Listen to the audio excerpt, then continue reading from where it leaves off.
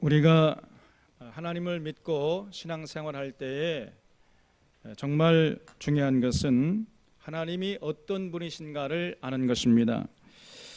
우리가 믿는 하나님은 반드시 그 뜻을 세운 다음에는 자신이 직접 이루어 가시는 것이 아니고 사람을 통해서 이루어 가십니다. 뜻도 세우고 세운 뜻도 이루시는 것이 아니고 그 세운 뜻을 반드시 사람을 통해서 이루어 가시는 분이 우리가 믿는 하나님이세요. 그렇기 때문에 하나님에게 사람이 필요합니다.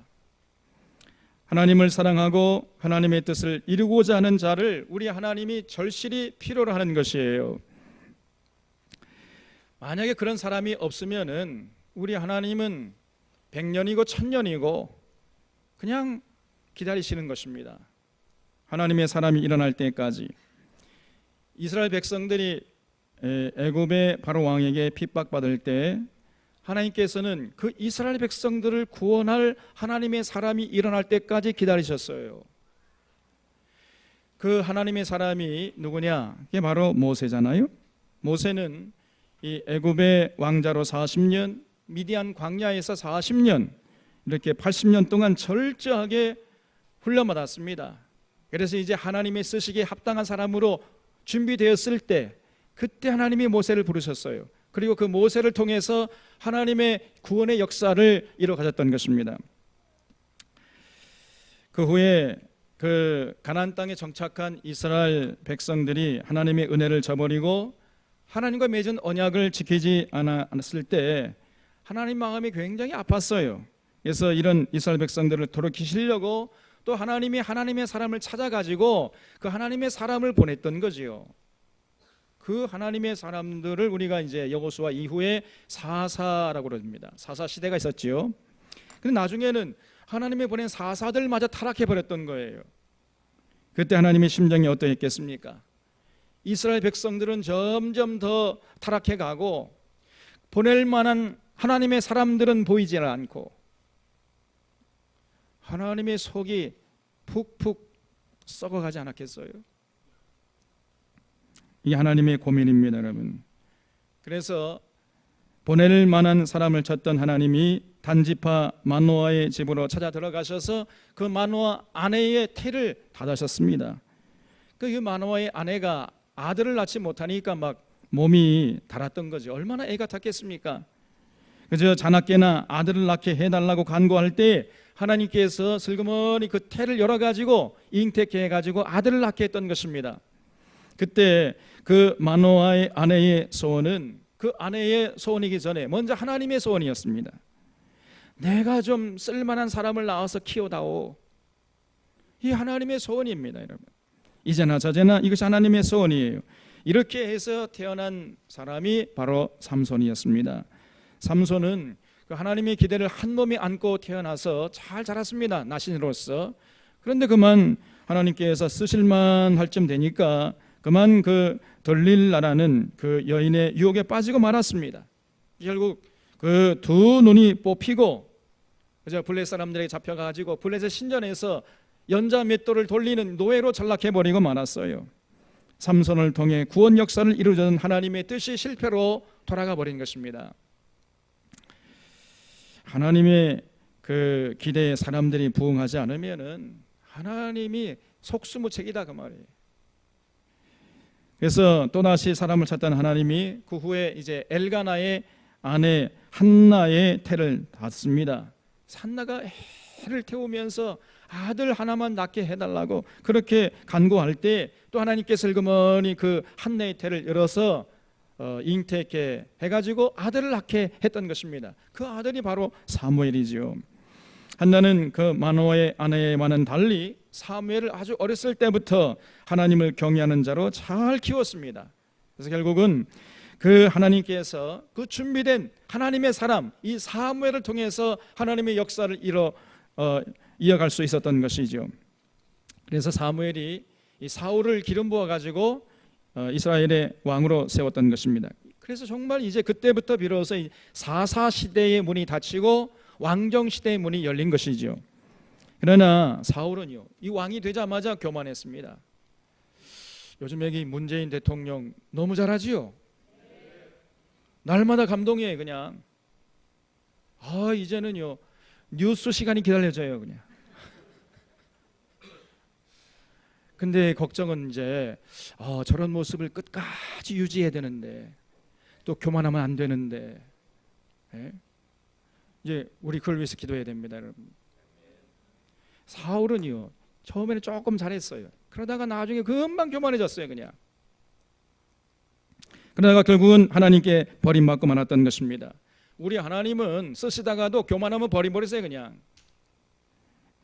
정말 우리는 절대로 교만하면 안 됩니다. 교만은 패망의 선봉이라 그랬어요. 하나님의 일을 하다가 교만인 사람들이 많아요. 그래서 남은 구원하고 자기는 버림받는 이런 사람들이 많은 것입니다. 그래서 결국은 하나님이 사울을 패하고 다윗을 왕으로 삼았어요. 다윗은 사울과는 달리 하나님을 사랑하고 하나님의 뜻을 평생 받들었습니다. 그래서 하나님이 다윗을 볼 때마다 저 다윗은 내 마음에 합한 자다 이런 평가를 내리셨어요. 이와 같이 하나님은 사람을 통해서 일하시기 때문에 하나님에게 사람이 필요한 것이에요. 예나 지금이나 그 하나님은 여전히 사람을 찾고 계십니다. 사람은 많은데 사람이 없습니다. 사람은 많은데 사람이 없어요. 하나님을 찾는 사람은 많은데 하나님이 쓸만한 사람은 많지 않은 것입니다. 이것이 현실이에요. 이 하나님의 고민입니다. 그래서 하나님이 쓰시기에 합당한 사람을 키워내는 일처럼 중요한 일이 다시 없는 것이에요. 우리 찬원교회는 이 시대에 하나님이 찾으시는 사람들을 키워내는 그런 건강한 교회가 되시기를 주님의 이름으로 축원합니다. 오늘날 한국교회를 위기라고 합니다. 그 한국교회가 위기에 빠진 이유가 여러 가지 있겠지만은 그중에서 가장 근본적인 이유, 가장 근본적인 원인을 하나 들라고 한다면요, 성장 드라이브 정책이에요. 교회가 끝도 없이 성장만을 외치고 있는 것입니다. 교회는 성장이 아니고 부흥을 외쳐야 되는 거예요. 성장과 부흥은 완전히 다른 것입니다. 성장과 부흥의 개념도 정립되지 않은 사람들이 너무나 많아요. 그런 목회자들이 많습니다. 성장은 단순히 사람들의 숫자가 늘어나는 것을 의미하는 거예요. 반면에 부흥은 전혀 사람들의 숫자와는 관계가 없는 거예요. 부흥이라는 것은 뭐냐? 하나님과의 관계가 회복되는 것을 말합니다. 그래, 아무리 많은 사람들이 모였다 할지라도 하나님과의 관계가 회복되지 않은 사람들끼리만 모였다 한다면 그 교회는 부흥된 교회가 아니에요. 수십만 명이 모였다 할지라도 그건 결코 부흥된 교회가 아닌 것입니다. 그러나 그저 불과 몇십 명이 모였다 할지라도 하나님과의 관계가 회복된 사람들이 모였다면 그 교회는 진실로 부흥된 교회예요. 그래서 교회는 성장을 추구하는 것이 아니고 부흥을 추구해야 하는 것입니다. 그러나 그동안 우리 한국교회는 요 근래에 한 30-40년 요 근래에 그랬어요. 그 전에도 그러지 않았습니다. 요 근래에 이상하게도 부흥을 추구해야 할 교회가 부흥을 추구하지 않고 성장을 추구해왔던 것이에요. 몇 명 모이느냐 이거를 중요하게 여기면서 그저 모인 사람들을 예수님의 제자로 세우는데 별 관심이 없었던 것입니다. 이것이 한국교회의 타락의 근본적인 원인이에요. 이런 모습에서 하루속히 벗어나야 됩니다. 사람을 세우고 키우는 일에 교회가 관심을 갖고 헌신해야 돼요. 하나님과의 관계를 회복해서 하나님을 깊이 사랑하고 하나님의 뜻을 분별해서 그 뜻을 이루어 드리려는 이런 강한 의지와 열정이 있는 사람들을 키워내는 일, 이것처럼 교회에 중요한 사명이 없는 것입니다. 오늘 우리 사회를 돌아보면은 올바른 가치관과 올바른 세계관, 역사관을 가진 이 올바른 리더십을 가진 하나님의 사람이 절실히 필요합니다. 아니, 하나님에게 절실히 절대적으로 필요한 것이에요. 정치뿐 아니라 경제, 사회, 문화, 언론, 방송, 예술, 학계 모든 계통에서 이 건강한 리더십을 가지고 하나님의 뜻을 받들 사람이 하나님에게 필요한 것입니다. 그런 하나님의 사람을 과연 누가 키워낼 수 있겠습니까? 어디에서 키워낼 수가 있겠어요? 저 재벌들이 키워내겠습니까? 저 절에서 스님들이 키워낼 수 있겠습니까? 도대체 그 하나님의 뜻을 이뤄낼 수 있는 하나님의 사람을 도대체 어디에서 누가 키워낼 수 있겠습니까? 답은 뻔하지요. 오직 교회만이 키울 수 있는 것입니다. 여기에 교회의 고유한 사명이 있고 교회의 존재 이유가 있는 것이에요. 교회가 하나님의 사람들을 키워내야 하는 것입니다. 그리고 그 성도의 가정에서 하나님의 사람들을 키워내야 돼요. 우리 새로운교회는 하나님의 사람들을 키워내는 사명을 교회의 중요한 사명으로 인식하고 하나님의 사람을 키워내는 일에 헌신해 주시기를 주님의 이름으로 부탁을 드립니다. 자, 그렇다면은 과연 어떤 사람이 하나님의 사람입니까? 성경을 보면은 하나님께 쓰임 받았던 믿음의 조상들이 나옵니다. 아브라함, 모세, 여호수아, 사무엘, 다윗, 호세아, 아모스, 미가, 이사야, 에레미야, 에스겔, 다니엘, 에스라 등등 이루 헤아릴 수 없는 많은 믿음의 선조들이 등장해요. 그런데 사실 이런 믿음의 조상들은 우리의 모델이 되기에는 너무 먼 당신이에요. 그들은 우리와는 너무나 동떨어진 삶을 살았기 때문에 좀 아무리 위대한 믿음의 선조지만은 피부에 와 닿질 않아요. 그러나 오늘 말씀의 주인공인 느헤미야는 그렇지 않습니다. 느헤미야는 비교적 우리들이 공감할 수 있는 부분이 참 많아요. 그래서 느헤미야는 성경을 통틀어서 가장 오늘 이 시대의 성도들의 피부에 와닿는 사람이라, 그 와닿는 하나님의 사람이라고 할 수 있을 거예요. 우리가 느헤미야의 삶을 주목하고 느헤미야 같은 사람을 키워낼 수 있다면 정말 이 시대에 하나님께서 기뻐하실 것입니다. 우리 가운데서 하나님의 사람들이 일어나고 그리고 위대한 스승들이 일어나게 될 것입니다. 자, 그렇다면은 느헤미야를 우리가 주목해야 되는데 느헤미야가 과연 어떤 사람이었습니까? 어떤 사람이었길래 이렇게 하나님께서 기뻐하시고 하나님께 귀하게 쓰임받았느냐 그 말이에요. 오늘 말씀 1절을 보겠습니다. 하가랴의 아들 느헤미야의 말이라. 아닥사스다 왕 제20년 기슬월에 내가 수산궁에 있는데 그랬습니다. 느헤미야는 이 하가랴의 아들이라고만 기록되어 있어요. 그리고 어디에서도 느헤미야가 어느 가문 사람인지 어떻게 어디에서 교육을 받고 출생했는지 그런 기록을 찾아볼 수 없습니다. 다만 느헤미야는 이제 성장해가지고 포로로 바벨론 포로로 잡혀갔던 이스라엘 백성들의 후손이었고 당시 페르시아 수도였던 수산궁에 살고 있었다는 것을 오늘 성경이 밝히고 있어요. 자, 그렇다면 지금부터 느헤미야는 2500년 전의 사람이에요.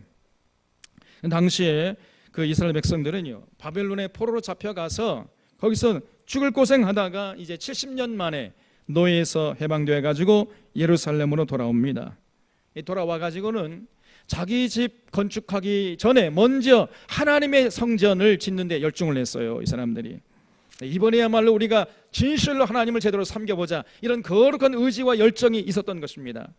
그래서 이 사람들이 우여곡절 끝에 성전은 건축했지만은 그러나 거기서 여러분 성전에서 뭘 해야 되죠? 예배드리고 또 뭐 해야 됩니까? 성경 공부해야 되죠. 지금 오늘날 한국 교회가 예배만 드려요. 성경 공부를 안 합니다. 이단들은 더 열심히 성경 공부해요. 참 기가 찰 노릇입니다. 빨리 이런 모습을 바꿔야 돼요. 올해가 종교개혁 500주년인데 그런 모습을 회복하는 길만이 한국 교회가 사는 길입니다. 그래서 당시에 이 이스라엘 백성들이 성전은 건축했는데 성경을 가르치는 사람이 없었던 거예요. 그 소식을 듣고 이제 성경학자였던 에스라가 페르시아에서 예루살렘으로 돌아와서 저들에게 성경을 가르쳐 주었습니다. 그러다가 포로에서 귀환한 이 귀한 공동체 사람들이 그만 또 마음이 해해져 가지고 이방 여인들과 사귀었어요. 그래가지고 결혼해가지고 아기까지 낳은 가정이 있었다는 겁니다. 그 에스라가 이 사실을 알고요 노발대발했습니다. 그래가지고 그냥 강제로 다 이용시켜버려가지고 그 이방 여인들 고향으로 돌려보냈어요. 그러니까 그 강제로 이혼당하고 쫓겨난 이방 여인들이 어떻게 되었겠어요? 울고불고 이제 고향으로 돌아간 것입니다. 그러니까 뭐 이방 여인들의 오빠들 또 사촌들 그 남자 동생들 또 이 조폭들 깍두기들 이것들이 가만히 있겠습니까? 뭐 이런 것들이 다 있어 이거. 예? 우리 누이의 몸을 버려놓고 뭐가 어째고 어째? 우리 누이 책임져라 막 이러면서 이방 여인들의 고향 사람들이 때로 몰려와 가지고 그 예루살렘 성전의 집기들을 내동댕이 쳐버리고 그냥 성벽을 전부 허물어 버리는 행패를 하고 돌아가 버린 것입니다. 자, 2절을 보겠습니다. 내 형제들 가운데 하나인 하나니가 두어 사람과 함께 유다에서 내게 이르렀기로 내가 그 사르밧별을 면하고 남아있는 유다와 예루살렘 사람들의 형편을 물은즉 그들이 내게 이르되 사르밧별을 면하고 남아있는 자들이 그 지방 거기에서 큰 환난을 당하고 능력을 받으며 예루살렘 성은 허물어지고 성문들은 불탔다 하는지라. 그래서 이 느헤미야의 친동생인 하나니가 예루살렘에 와서 느헤미야에게 보고를 하는데 그 이방 여인들의 고향 사람들이 행패를 부리고 와서 그냥 전부 성전의 집기들 패대기 쳐버리고 성벽을 전부 허물어버리고 그리고 돌아갔다는 거예요.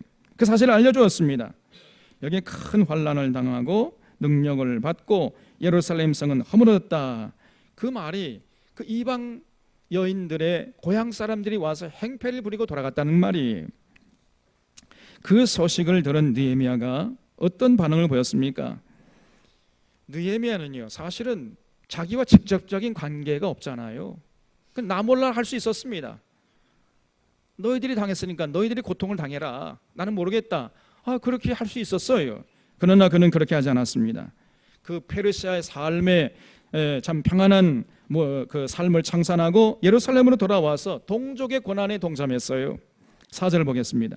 내가 이 말을 듣고 앉아서 울고 수일 동안 슬퍼하며 하늘의 하나님 앞에 금식하며 기도하며 그랬습니다. 그는 동족들이 당하는 고통과 슬픔을 자신의 고통과 슬픔으로 받아들였어요. 이웃의 아픔을 자신의 아픔으로 느낄 수 있는 사람이 바로 느헤미야였던 것입니다. 여러분, 정말 이 사람이라고 할 수 있다면은 그 사람은요 이웃의 아픔을 볼 때에 자신의 아픔으로 받아들일 수 있어야 돼요. 그 박근혜 전 대통령의 치명적인 그 약점이 무엇입니까? 이웃의 아픔을 자신의 아픔으로 받아들이지 못하는 그 불감증 환자라는 것입니다. 여기에 문제가 있었던 거예요. 국민들이 이렇게 아파하고 슬퍼하는데 전혀 그 대통령은 아파하고 슬퍼하지 않았습니다. 여기에 문제가 있었던 것입니다.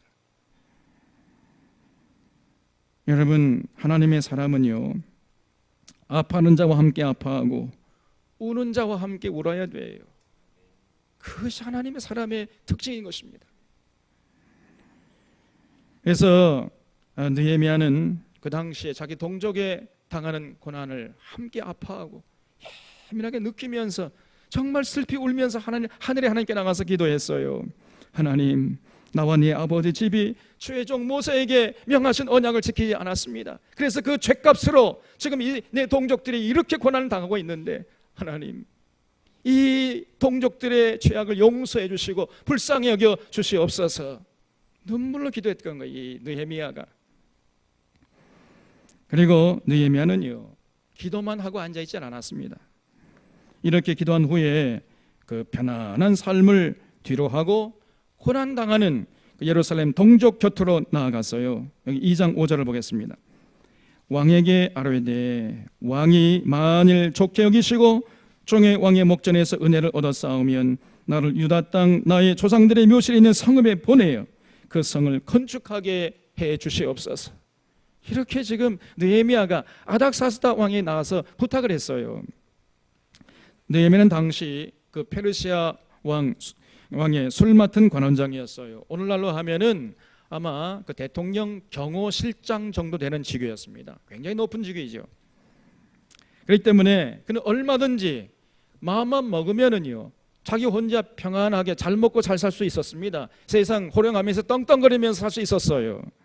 그러나 느헤미야는 그런 기득권 전부 내려놓고 그 고난당하는 동족 곁으로 고난이 기다리고 있는 그 예루살렘 길로 나아갔던 것입니다. 그래서 아닥사스다 왕에게 나아가서 청을 해가지고 허락을 받고 예루살렘 총독으로 임명받아가지고 예루살렘으로 돌아갔어요. 당시 그 예루살렘은 표라고 해도 과언이 아니었습니다. 이미 70년 전에 그 바벨론 군대가 그 예루살렘 들어와 가지고요, 군합발로 짓밟아버리고 솔로몬 성전 전부 불질러서 그냥 잿더미로 만들어버리고 그 화려했던 귀인들, 그 집들 말이죠, 그 전부 불태워버렸습니다. 사람이 살 수 없는 황무지로 만들어버렸어요. 게다가 에스라의 개혁 정책에 불만을 품은 이방 여인들의 고향 사람들이 와가지고 조금 남아있던 그 성벽마저 전부 허물어 버리고 돌 위에 돌 하나 남지 않고 다 그냥 행패 부리고 돌아가 버렸던 것입니다. 자, 그런 예루살렘으로 돌아가려면은요, 굉장한 결단이 필요했던 것이에요. 굉장한 각오가 있지 않으면 돌아갈 수 없었던 것입니다. 자신의 기득권을 내려놓아야 할 뿐 아니고 고생을 각오하지 않으면 안 됐어요. 사람들은 대개 이제 편안하게 살려고 하지 않습니까? 그것이 인지상정이잖아요. 낮아지려고 하지 않고 높아지려고 하는 거예요. 그것이 사람의 특징인 것입니다. 대부분 사람들이 그래요. 그런데 느헤미야는 그렇지 않았습니다. 하루를 살아도 의미 있게 살려고 했고 가치를 따라 살려고 했어요. 권력을 추구하면서 그저 잘 먹고 잘 사는, 그러면서 양심을 외면하는 이런 삶을 절대로 살지 않았습니다. 그렇기 때문에 그는 모든 기득권을 내려놓고 예루살렘으로 내려가는 그 낮아지는 길을 선택할 수가 있었던 것입니다. 그는 예수님처럼 낮아지는 길, 좁은 길, 십자가의 길을 선택했던 거예요. 이렇게 해서 이제 예루살렘에 도착하자마자 그는 이 예루살렘의 형편을 꼼꼼히 살피면서 자신의 해야 할 일들을 잘 정리를 했어요. 마스터 플랜을 세웠던 것입니다. 2장 11절 이하를 보겠습니다. 내가 예루살렘에 이르러 머무른 지 사흘 만에 내 하나님께서 예루살렘 위에 무엇을 할 것인지 내 마음에 주신 것을 내가 아무에게도 말하지 아니하고 밤에 일어나 몇몇 사람과 함께 나갈새 내가 탄 짐승 외에는 다른 짐승이 없더라. 그 밤에 골짜기 문으로 나가서 용정으로 분문에 이르는 동안에 보니 예루살렘 성벽이 다 무너졌어요. 그 성문이 다 불에 타버렸습니다. 앞으로 나아가 샘문과 왕의 못에 이르러서는 탄 짐승이 지나갈 곳이 없는지라.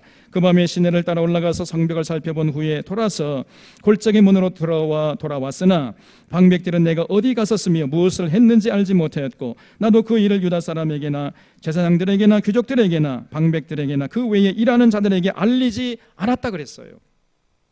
그러니까 느헤미야가 예루살렘에 도착하자마자 그 여독이 풀리기도 전에 그 페르시아에서 예루살렘까지는요, 걸어서 한 4개월 정도 걸린 굉장히 먼 길입니다.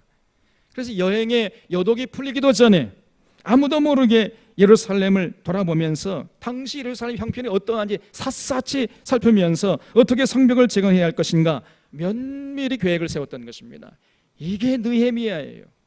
아주 주도 면밀한 사람이었습니다. 대충 그리고 넘어가는 사람이 아니었어요. 누가 보든지 말든지 자기 할 일을 찾아서 스스로 그 일을 감당하기 위해서 최선을 다했던 사람이 바로 느헤미야예요. 이렇게 마스터 플랜을 짠 다음에 이제 행동에 옮깁니다. 2장 17절을 보면은 후에 그들에게 이르기를 우리가 당한 공경은 너희도 보고 있는 바라. 예루살렘이 황폐하고 성문이 불탔으니 자 예루살렘 성을 건축하여 다시는 수치를 당하지 말자 하고 그랬습니다.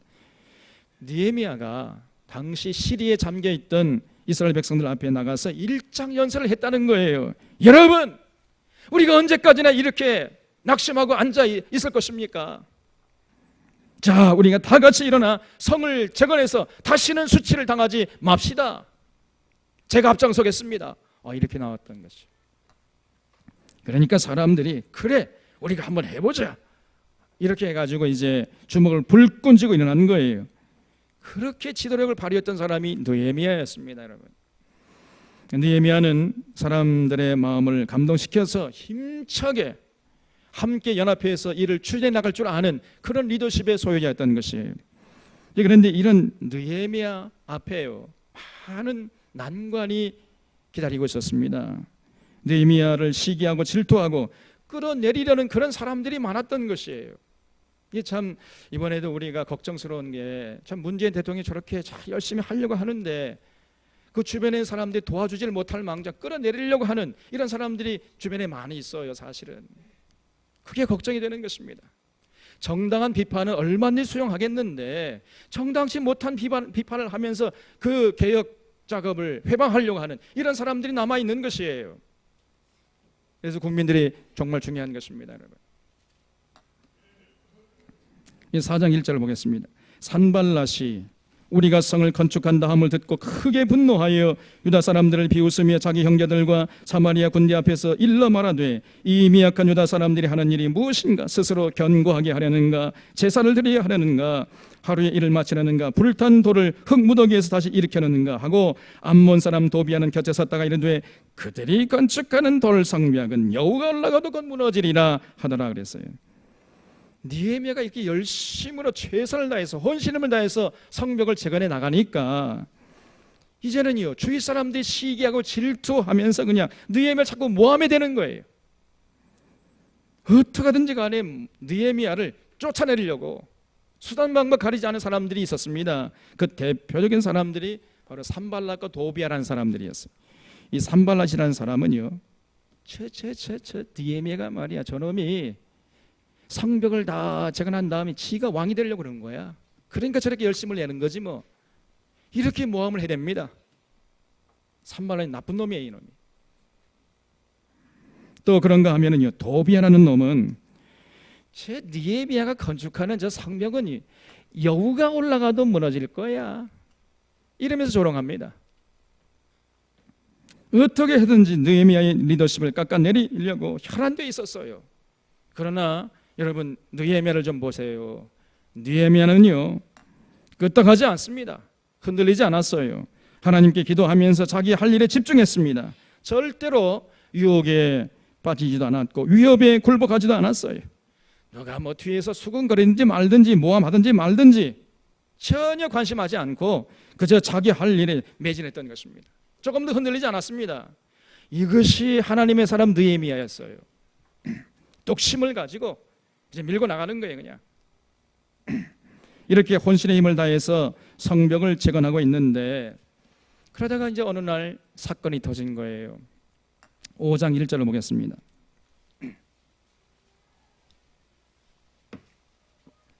그때에 백성들이 그들의 아내와 함께 크게 부르짖어 그들의 형제인 유다 사람들을 원망하는데 그랬어요. 그날도 느헤미야가 이제 하루 종일 그 성벽 재건하는 그 공사판에 나가가지고 성벽 재건하는 일을 마치고 이제 피곤해가지고 집에 돌아와서 쉬고 있는데 저녁 늦게쯤 말이죠. 일단의 노동자들이 그 느헤미야 집을 찾아왔어요. 똑똑똑 선생님이 계십니까? 예, 뉘시오 하고 느헤미야가 이렇게 문을 열어보니까요. 이 노동자들 서민들이 말이 일단의 사람들이 몰려와가 대뜸한다는 말이 선생님 우리 내일부터 공사판에 나가지 않겠습니다. 이러는 겁니다. 예? 우리 공사판에 안 나가겠다고요? 쌍. 아니 그러지 말고 조금 진정하시고 들어오셔서 좀 자초지종을 얘기해 보시지요. 이래 하면서 이제 그들의 얘기를 들어보니까요 놀라운 얘기를 털어놓는 것입니다. 여기 5장 2절을 보겠습니다. 어떤 사람은 말하기를 우리와 우리 자녀가 많으니 양식을 얻어먹고 살아야 하겠다 하고 어떤 사람은 말하기를 우리가 밭과 포도원과 집이라도 저당 잡히고 이 흉년에 곡식을 얻고자 하고 어떤 사람은 말하기를 우리는 밭과 포도원으로 돈을 빚내서 왕에게 세금을 바쳤도다. 우리 육체도 우리 형제 육체와 같고 우리 자녀도 그들의 자녀와 같거늘 이제 우리 자녀를 총으로 파는도다. 우리 딸 중에 벌써 종된 자가 있고 우리의 밭과 포도원이 이미 남의 것이 되었으나 우리에게는 아무런 힘이 없도다 하더라 그랬어요. 무슨 말이지요? 바벨론에서 돌아올 때 어떤 사람들은요 좀 재산을 한몫 챙겨 가지고 돌아오고 어떤 사람들은 그러지 못했다는 겁니다. 그래가지고 살다 보니까 돈이 다 떨어진 거예요. 그래서 이제 조금 넉넉한 그 이웃집 사람에게 가가지고 돈을 꼬게 됐어요. 근데 꼬준 사람이 그냥 시도 때도 없이 원금 갚아라 이자 갚아라 막 이렇게 해대는 것입니다. 그래서 어떤 사람들은요 그 빚을 갚기 위해서 땅을 팔았다는 것입니다. 또 어떤 사람은 자녀를 팔아가지고 종으로 팔아가지고 그 이자를 갚았다는 거예요. 그래도 여전히 빚을 독촉하니까 그 빚 독촉에 시달리지 못해가지고 느헤미야를 찾아온 거예요. 아니 이럴 수 있습니까? 우리가 성벽을 재건하는 것도 함께 살자고 하는 짓인데 이게 무슨 공동체입니까? 이게 우리 내일부터 공사판에 안 나갈 것입니다. 이렇게 나왔던 겁니다.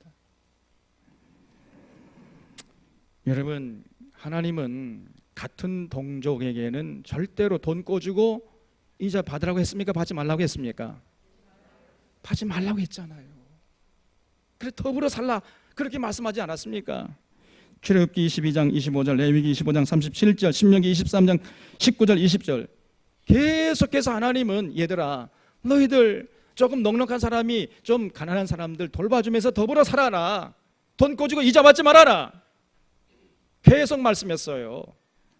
근데 바벨론 포로에서 돌아온 이 귀한 공동체 유대인들이 그 명령을 지키지 않았던 것입니다. 이런 사실을 알고요, 느헤미야가 크게 분노했어요. 뭐가 어째고 어째? 당장 다 모이라고 하시오. 5장 6절 말씀해 보면은 내가 백성의 부르짖음과 이런 말을 듣고 크게 노하였으나 깊이 생각하고 귀족들과 민장들을 꾸짖어 그들에게 이르기를 너희가 각기 형제에게 높은 이자를 취하는도다 하고 대회를 열고 그들을 쳐서 그들에게 이르기를 우리는 이방인의 손에 팔린 우리 형제 유다 사람들을 우리의 힘을 다하여 도로 찾았거늘 너희가 너희 형제를 팔고자 하느냐 더구나 우리 손에 팔리게 하겠느냐 하며 그들이 잠잠하여 말이 없었다는 거예요. 무슨 말이죠? 느헤미야가요 노발대발한 거예요. 지금 우리는 형제를 구원하려고 이렇게 애를 쓰고 있는데 당신들은 형제를 지금 팔아먹고 있잖아. 어떻게 이럴 수 있습니까? 이렇게 호통을 쳤어요. 그러니 뭐 그들이 입이 10개라도 할 말이 있어야죠. 또 9절에 내가 또 이르기를 너희의 소행이 좋지 못하도다. 우리의 대적 이방 사람의 비방을 생각하고 우리 하나님을 경외하는 가운데 행할 것이 아니냐. 나와 네 형제와 총자들도 역시 돈과 양식을 백성에게 꿔줬지만은 우리가 그 이자 받기를 그치자. 그런즉 너희는 그들에게 오늘이라도 그들의 밭과 포도원과 감람원과 집이며 너희가 꿔준 돈이나 양식이나 새 포도주나 기름의 100분의 1을 돌려보내라. 이렇게 명령했어요. 이자 받지 말라는 거예요. 그리고 이미 받은 이자마저 다 돌려주라고 했습니다. 그러니까 이런 명령에 당시 부자들이 어떻게 나왔어요? 12절 말씀에 보면 그들이 말하기를 우리가 당신의 말씀대로 행하여 돌려보내고 그들에게서 아무것도 요구하지 아니하리이다 그랬습니다. 선생님이 그렇게 하라고 하시면 우리가 그렇게 해야죠. 뭐 어떡하겠습니까? 이렇게 나온 겁니다. 전부 이 느헤미야의 리더십을 인정하고 이자 받은 것 다 돌려줬다는 거예요. 얼마나 대단합니까 여러분? 아무나 할 수 있는 일이 아니잖아요. 느헤미야였기 때문에 가능한 일이었어요. 자 그러면 그 느헤미야의 리더십의 비결이 어디서 왔습니까?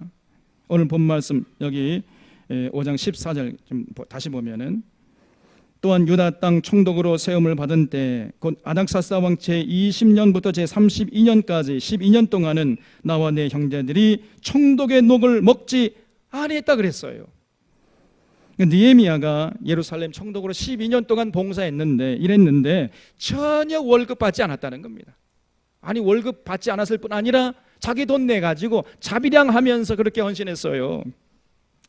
그리고 그 정도에서 그치는 것이 아니고 자기 재산 다 들어가지고 노동자들을 먹여가면서 그렇게 성벽 재건하는 일에 헌신했던 것입니다. 17절 이하를 보겠습니다. 또 내 상에는 유다 사람들과 민장들 150명이 있고 그 외에도 우리 주위에 있는 이방 족속들 중에서 우리에게 나온 자들이 있었는데 매일 나를 위하여 소 한 마리와 살찐 양 6마리를 준비하며 닭도 많이 준비하고 열흘에 한 번씩은 각종 포도주를 갖추었나니 비록 이같이 했을지라도 내가 총독의 녹을 요구하지 아니하였음은 이 백성의 부역이 중함이었더라. 내 하나님이여 내가 이 백성을 위하여 행한 모든 일을 기억하사 내게 은혜를 베풀어 주시옵소서. 여러분 감동적이죠? 이게 느헤미야였습니다. 느헤미야는요 총독의 녹을 요구하지 않았을 뿐 아니고 자기 재산을 들여가면서 노동자들을 먹여가면서 그렇게 성벽을 재건하는 이런 일에 헌신했던 거예요. 총독이 이렇게 본을 보이니까 어떻게 당시의 기득권자들, 그 부자들이 따르지 않을 수 있겠어요? 입이 이만큼 나왔지만은요, 할 수 없이 그 느헤미야의 리더십에 그냥 굴복해가지고 전부 따라왔다는 겁니다. 이 리더가 이렇게 중요한 겁니다, 여러분. 느헤미야가 본을 보였기 때문에 모든 일이 가능했던 것이에요. 자, 그러면 도대체 느헤미야가 이렇게 살아갈 수 있었던 비결이 뭐겠어요? 그 느헤미야의 리더십에 근원에 도대체 뭐가 자리 잡고 있는 것입니까? 여기 5장 15절에서 보면 그 비결이 이렇게 나와요. 나보다 먼저 있었던 총독들은 백성에게서 양식과 포도주와 또 은 40세겔을 그들에게서 빼앗았고 또한 그들의 종자들도 백성을 압제했으나 나는 하나님을 경외함으로 이같이 행치 아니하고 도리어 이 성벽 공사에 힘을 다하여 땅을 사지 않았다 그랬어요. 느헤미야가 자기는 절대로 그 총독의 권한을 남용하지 않았다 이렇게 밝히고 있지요. 권력 이용해서 자기 뱃속 챙기는 일 그거 하지 않았습니다. 근데 이전 총독들은 전부 권력을 남용했어요. 그래서 제 백성 챙기는 혈안도 있었습니다. 이권에 개입하고 개발 정보 빼돌려서 부동산 투기하고 증권 투기하고 뭐 재벌들과 짝짝꿍 돼가지고 자기 뱃속 챙기는 일에 혈안도 있었잖아요. 그런데 느헤미야는 달랐습니다. 아니 오히려 그런 자기 재산 바쳐가면서 헌신했어요. 그래서 느헤미야가 종합해 보면요, 어떤 사람이었느냐? 아파하는 사람들과 함께 아파할 줄 아는 사람이었고 고통받는 동족을 위해서 자신의 모든 기득권을 내려놓고 희생할 줄 아는 사람이었습니다. 그리고 그 할 일을 놔두고서는 절대로 쉬는 법이 없어요. 쉬지 않았습니다. 또 함께 연합해서 일을 추진할 줄 알았고 그리고 쉽게 교만하지 않았고 그리고 반대로 쉽게 낙심하지도 않았습니다. 그리고 어떤 유혹이 와도 넘어가지 않았고 어떤 굴복에도 위협에도 굴복하지 않았어요. 그리고 절대로 권력을 사설히 남용하지 않고 오히려 모든 사람들의 본이 되고 자신을 희생했던 것입니다. 이런 사람이 느헤미야였어요. 자, 그러면 그렇게 살게 했던 그 근본적인 힘이 무엇이냐? 느헤미야는 뭐 사람이 착하기 때문에 그렇게 생각하면 오산이에요. 그 15절 하반절 다시 보겠습니다. 느헤미야가 이렇게 고백해요. 나는 어떤 사람이기 때문에 하나님을 경외함으로 이같이 행치 않았다 그랬어요.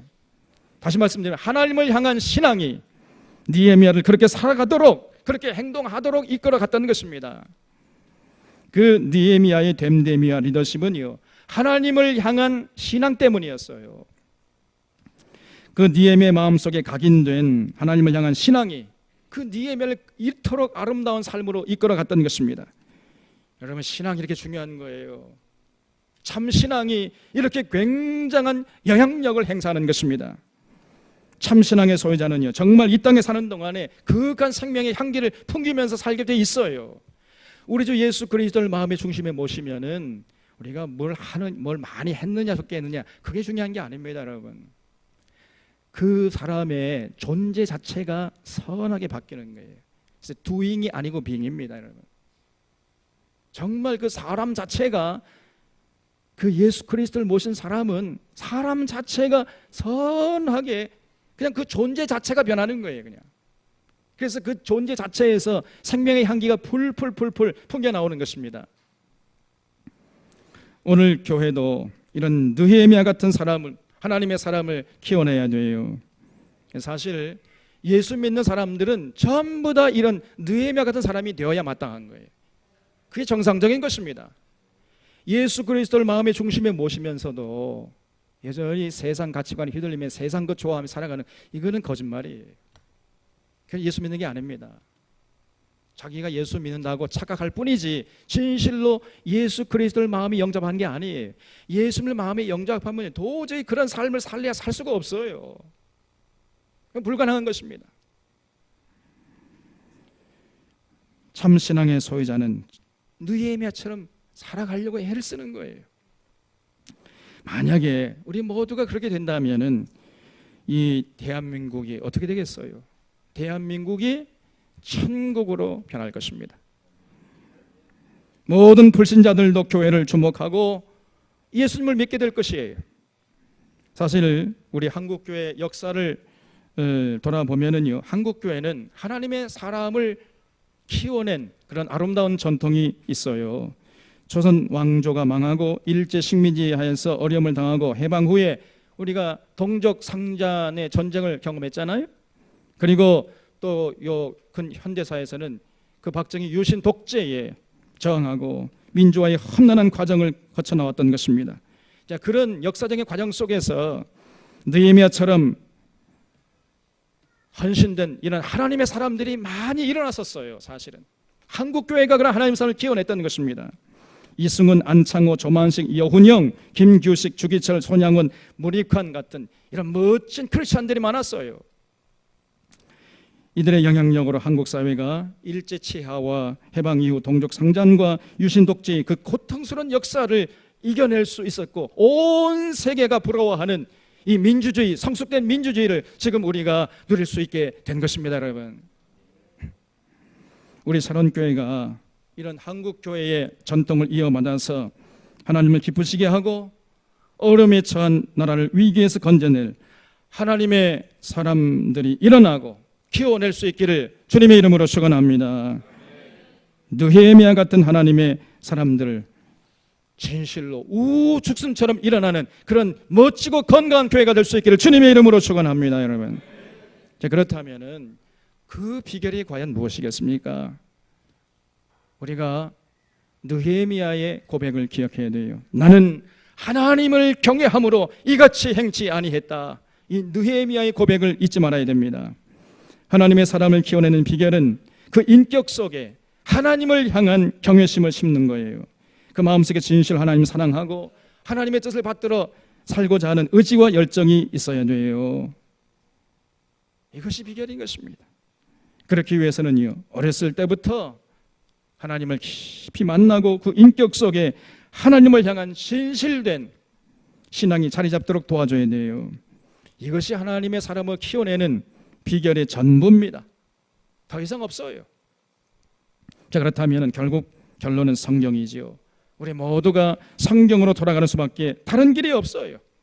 성경 말씀을 통해 계시하시는 하나님을 깊이 만나고 그 성경의 진리를 깨닫고 성경의 진리로 무장해서 그 진리 따라 살려고 하는 그런 의지가 이 의지를 길러주는 것입니다.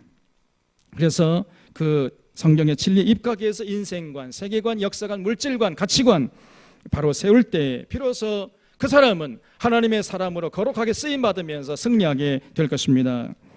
그러므로 여러분, 성경도 모른 채 신앙생활 하는 것처럼 어리석은 짓이 없는 거예요. 성경도 모른 채 신앙을 세격거리로 전락시켜서 그저 잘된다, 복준다, 이런 기복신앙에 빠진 교회는 아무리 수만 명 모이는 교회라 할지라도 절대로 하나님의 사람을 키워낼 수가 없는 것입니다. 거기서 하나님의 사람이 나올 수가 없어요. 이적과 기적과 체험을 강조하는 신비주의에 빠져있는 교회들도 마찬가지입니다. 그들은 결코 하나님께 쓰임받지 못할 것입니다. 그래서 우리가 이 기복신앙, 번영신앙, 신비주의 신앙을 경계하는 이유가 여기에 있는 것이에요. 오늘 청년주의를 맞이해서 우리 샤론교회는 청소년들을 지극히 사랑하고 청소년들에게 극진한 관심을 가지고 그들을 하나님의 사람으로 키워낸 일의 중요성을 함께 공유해 주시기를 바랍니다. 그렇기 위해서는요, 우리가 먼저 모두 성경으로 돌아가서 성경을 통해 계시하신 하나님 인격적으로 만나야 돼요. 그리고 성경의 진리로 무장하는 일에 열심을 내야 됩니다. 여러분, 가만히 앉아 계시면 안 돼요. 여러분, 성경 강조할 때 참여하십시오. 시간을 내서 참여하세요. 시간이 없는 사람 참여하는 게 아닙니다. 시간이 없으면 어떻게 된다고 그랬죠? 시간을 내야 됩니다. 그리고 중요한 것은 가정과 교회가 긴밀히 협조해야 됩니다. 가정은 교회처럼 되고 교회는 가정처럼 돼야 돼요. 가정에서는 늘 교회처럼, 교회가 뭘 하지요? 예배드리고 성경 공부하는 것처럼 가정에서 늘 그저 예배드리고 성경 가지고 부모 자녀들이 앉아가지고 서로 디베이트 토론하는 것입니다. 가정이 그렇게 돼야 돼요. 가정이 교회처럼 돼야 됩니다. 여러분, 듣고만 흘리지 마시기 바랍니다. 꼭 실천해 주시길 주님의 이름으로 부탁을 드립니다. 그리고 교회는요, 가정처럼 돼야 돼요. 그래서 우리 청소년들, 비록 내가 낳지는 않았지만은 내가 낳은 자녀로 생각하면서 그렇게 여기면서 최선을 다해서 사랑하고 그들에게 성경의 진리를 가르치려고 혼신의 힘의 노력을 다해야 돼요. 그리고 공동체 훈련을 좀 강하게 시켜야 됩니다. 제가 이제 우리 중고등부 또 청년들 데리고 저 설악산 그냥 지리산 3박 4일 함께 넘어요. 제가 50대만 해도 그렇게 했는데 60대가 되니까요. 조금 힘들어져요, 좀 이제. 부목사님들 그렇게 하셔야 돼. 강 목사님, 박 목사 어디 계셔? 그래서 공동체 훈련 중요해요. 그리고 우리 청소년들 여행을 많이 시켜야 됩니다. 우리 대한민국 그리고 저 만주 벌판 그리고 저 유럽 다 세계를 돌아보고 오도록 우리가 여행을 자꾸 시켜줘야 돼. 교회가 우리 교회 청소년들에게 거기 관심을 갖고 그 여행 경비 후원해야 할 줄로 믿습니다, 여러분. 그래서 이렇게 가정은 교회 같고 교회는 가정 같은 sharon 교회가 될 수 있기를 바랍니다. 그래서 우리 안에 느헤미야 같은 참된 스승이 일어나고 참 하나님의 사람들이 우죽순처럼 일어날 수 있기를 주님의 이름으로 축원합니다. 기도하겠습니다. 고마우신 하나님 아버지, 오늘 이렇게 스승의 주일을 맞이하고 청년 주일을 맞이해서 느헤미야의 삶을